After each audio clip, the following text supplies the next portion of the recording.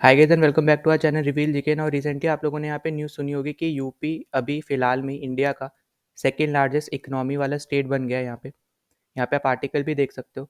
Uttar Pradesh become second largest economy in India. तो basically जो ये रिपोर्ट अभी निकाली है SOIC ने निकाली है, जिसका फुल फॉर्म है स्कूल ऑफ इंट्रिंसिक कंपाउंडिंग।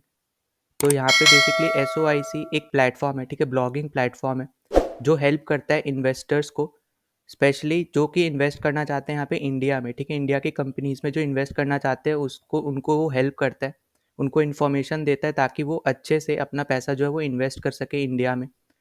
और यहाँ पे इन्होंने ये रिपोर्ट निकाली है जहाँ पे बताया कि अभी फ़िलहाल में यूपी जो है सेकेंड लार्जेस्ट यहाँ पे इकोनॉमी वाइज, ठीक है, स्टेट बन गया है, जिसने अभी हाल ही में यहाँ पे तमिलनाडु को पीछे छोड़ा है। पर हमें यहाँ पे एक चीज़ अच्छे से याद रखनी है कि ये ऑफिशियल डेटा नहीं है, ठीक है, मतलब ऑफिशियली अगर हम स्टेट्स की बात करते हैं जो गवर्नमेंट से आता है, तो वहाँ पे अभी यूपी थर्ड पोजीशन पे है। फर्स्ट पे महाराष्ट्र है, सेकंड पे तमिलनाडु है, फिर थर्ड पे यूपी आता है। पर अभी जो ये ऑर्गेनाइजेशन के थ्रू यहाँ पे जो आप ऐसा समझ सकते हो ये इंपॉर्टेंट ऑर्गेनाइजेशन है, ठीक है, इसको हम बोल नहीं सकते कि ऐसे ही इन्होंने रिपोर्ट निकाली है। तो यहाँ पे इन्होंने ये बोला है तो यहाँ पे ज़रूर इनकी, क्योंकि लेटेस्ट रिपोर्ट है, तो यहाँ पे आगे जाके हमें देखने को मिल सकता है कि यूपी जो है थर्ड पोजीशन से सेकंड पोजीशन पे ऑफिशियल स्टैट में भी हमें यहाँ पे देखने को मिल सकता है। साथ ही साथ अगर हम इसमें आगे बात करते हैं जीडीपी वाइज, यहाँ पे ये पर्टिकुलर शेयर यहाँ पे निकाला है, ठीक है, मतलब जो जितनी भी स्टेट्स है उनमें यूपी जो है उनका उसका सेकंड लार्जेस्ट जीडीपी शेयर करता है, ठीक है, इंडिया की जितनी जो जीडीपी है उसमें सेकंड लार्जेस्ट जो शेयर है वो इंडिया का, वो यूपी करता है। तो यहाँ पे जीडीपी का बेसिकली मतलब होता है ग्रॉस डोमेस्टिक प्रोडक्ट। तो जो भी आप गुड्स या सर्विसेज यहाँ पे प्रोड्यूस कर रहे हो, ठीक है, इंडिया में ही सिर्फ, ठीक है, बाहर की बात नहीं कर रहा हूँ मैं, सिर्फ इंडिया में जो आप गुड्स प्रोड्यूस कर रहे हो या फिर कोई भी सर्विसेज दे रहे हो, तो वो सारी चीज़ हमारी जीडीपी के अंदर काउंट होती है। जैसे फॉर एग्जांपल कोई गवर्नमेंट स्पेंड कर रही है कहीं पे, ठीक है, या फिर आप कहीं पे स्पेंड कर रहे हो या फिर कोई इन्वेस्टमेंट कर रहे हो, तो ऐसी और भी सारी बहुत सारी चीज़ें हैं जो इस पर्टिकुलर जीडीपी एरिया में आती है। और यहाँ पे अगर मैं आपको मैप दिखाऊँ, ठीक है, तो यहाँ पे ये आप देख पा रहे होगे SOIC, ठीक है, इन्होंने यहाँ पे दिखाया है। तो ग्राफिकली आपको इजीली समझ में आएगा।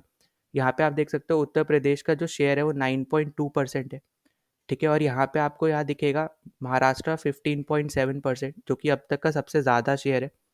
और जो यहाँ पे यूपी है, अगर आप यहाँ क्लियरली देखो, यहाँ पे जो तमिलनाडु है, ठीक है, उससे 9.1 है, मतलब उससे 0.1% का ही फ़र्क है। और इसी को ही यूपी पीछे करके अभी नंबर 1 स्टेट बना है, वो नंबर 2 स्टेट बना है। और अगर आप ध्यान से देखोगे ना, नॉर्थ इंडिया में यूपी के आसपास, ठीक है, मतलब जितना यूपी यहाँ पे शेयर करता है जीडीपी में, उसके आसपास कोई भी स्टेट नहीं है, ठीक है, आप चाहे कोई भी स्टेट ले लो ऊपर से। जे यहाँ पे जैसे यूनियन टेरिटरीज का भी अगर आप देखोगे तो वो भी यहाँ पे इतना शेयर नहीं करते हैं जीडीपी में जितना यहाँ पे यूपी कर रहा है नॉर्दर्न स्टेट्स में। तो इससे आप ये पता कर सकते हो कि ज़्यादातर जो शेयर होता है वो वेस्टर्न या फिर सदर्न स्टेट्स करती है, ठीक है, जीडीपी में।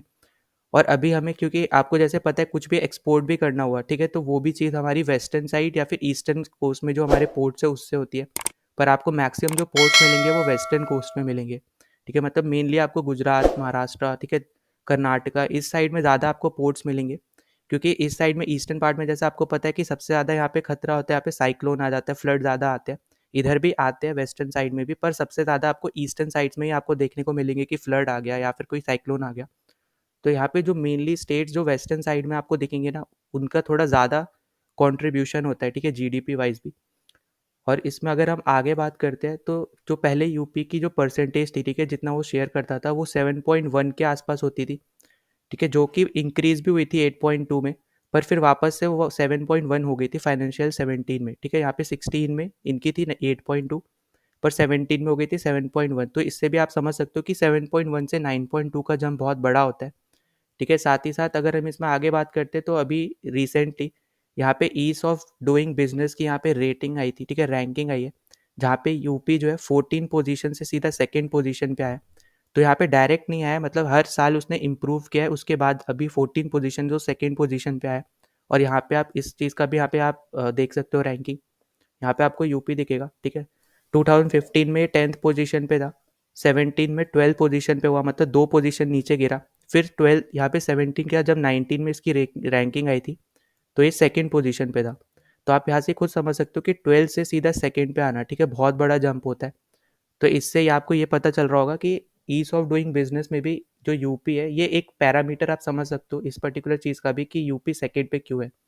ठीक है। उसके साथ-साथ यहाँ पे जो ईज़ ऑफ डूइंग बिज़नेस है बेसिकली इसमें बहुत सारी टर्म्स एंड कंडीशंस होती है जिसको देखते हुए यहाँ पे पॉइंट्स मिलते हैं, ठीक है। जो सबसे पहले जब यहाँ पे ये रेटिंग आई थी तो 98 पॉइंट्स की होती थी। अभी हाल ही में इसको 181 पॉइंट्स में यहाँ पे डिवाइड करते हैं, ठीक है। कोई भी अगर स्टेट को पॉइंट्स देने होते हैं तो 181 पॉइंट्स में से देने होते हैं। जहाँ पे एनवायरनमेंट एक फैक्टर होता है, पेइंग टैक्सेस एक फैक्टर होता है, या फिर इंस्पेक्शन हो गया, ठीक है। या फिर आप समझ सकते हो एनवायरनमेंट के साथ इन्फॉर्मेशन शेयर करना, ट्रांसपेरेंसी रखना, ठीक है। लेबर के जितने भी यहाँ पे रेगुलेशंस जो यहाँ पे गवर्नमेंट लगाती है उसको अच्छे से फॉलो करना, कंस्ट्रक्शन के यहाँ पे जो रेगुलेशंस है वो फॉलो करना। तो इस चीज़ में अगर हम बात करते हैं ना तो यूपी लेबर और रेगुलेशंस में नंबर 5th पोजीशन पे आता था 2015 में। और बाकी सारे जितने भी अभी मैंने आपको बताए डिफरेंट डिफरेंट फैक्टर्स है जिसमें यूपी ने अच्छा अच्छा परफॉर्म किया है। और इस समय एक चीज़ अच्छे से यहाँ पे दिख रही है कि यूपी पिछले 7 साल में, ठीक है, जब से यहाँ पे बीजेपी की गवर्नमेंट आप बोल लो या फिर सीएम जो योगी आदित्यनाथ है वो जब से आया है तब से यूपी जो है पिछले टर्म से, ठीक है, ज़्यादा अच्छे से यहाँ पे ग्रो कर रहा है, ठीक है। यहाँ पे जैसे अगर मैं आपको बताऊँ सिंपली, यहाँ पे क्राइम रेट यूपी में बहुत ज़्यादा कम हो चुका है, ठीक है। अभी और भी ज़्यादा कम हो रहा है। फिर साथ ही साथ आपको पता है कि जो इसका मॉडल है, ठीक है, वो अभी एमपी भी यहाँ पे फॉलो कर रहा है। साथ ही साथ जो नंबर ऑफ इन्वेस्टमेंट्स हमें यहाँ पे देखने को मिल रही है बहुत ज़्यादा इंक्रीज हो गई है। तो यहाँ पे कोई बड़ी बात नहीं है कि आपको आगे जाके जो यहाँ पे आपको गैप दिखाता है ना महाराष्ट्र और यूपी में, 15.7 महाराष्ट्र का जीडीपी शेयर है और यूपी का 9.2 है। तो बहुत ज़्यादा जल्दी, अभी जल्दी तो नहीं, पर यहाँ पे आपको देखने को मिल सकता है कि महाराष्ट्र के पास में यहाँ पे यूपी आपको दिखेगा अगर ऐसे ही यूपी ग्रो करता रहे। क्योंकि यहाँ पे नंबर ऑफ इन्वेस्टमेंट्स या फिर आप बोलो इंफ्रास्ट्रक्चर प्रोजेक्ट्स हो गए, ठीक है, बहुत ज़्यादा यहाँ पे बढ़ रहे हैं और अच्छे लेवल पे यहाँ पे इंफ्रास्ट्रक्चर की यहाँ पे डिमांड भी है, ठीक है। कंपनी इन्वेस्ट करना चाह रही है तो यहाँ पे बहुत जल्दी आपको दिखेगा कि यूपी महाराष्ट्र का जो परसेंटेज है इसके आसपास आ जाएगा। और इसका आपको एक और रीज़न मिलेगा कि यहाँ पे आपको पता होगा कि सीएम योगी आदित्यनाथ ने यहाँ पे 5 ईयर का यहाँ पे एक टाइम फ्रेम निकाला है, ठीक है, जहाँ पे ये यूपी को $1 ट्रिलियन की इकोनॉमी बनाना चाहते हैं। 2027 तक का यहाँ पे प्लान निकाला है। और ये भी एक बहुत बड़ा रीज़न है आज जो हम लोग यहाँ पे देख रहे हैं रैंकिंग यूपी की। और साथ ही साथ जैसा मैंने आपको बताया था कि यहाँ पे जो लॉ एंड ऑर्डर है वो इम्प्रूव हुआ है, ठीक है, कनेक्टिविटी इम्प्रूव हुई है, इंफ्रास्ट्रक्चर इम्प्रूव हुआ है।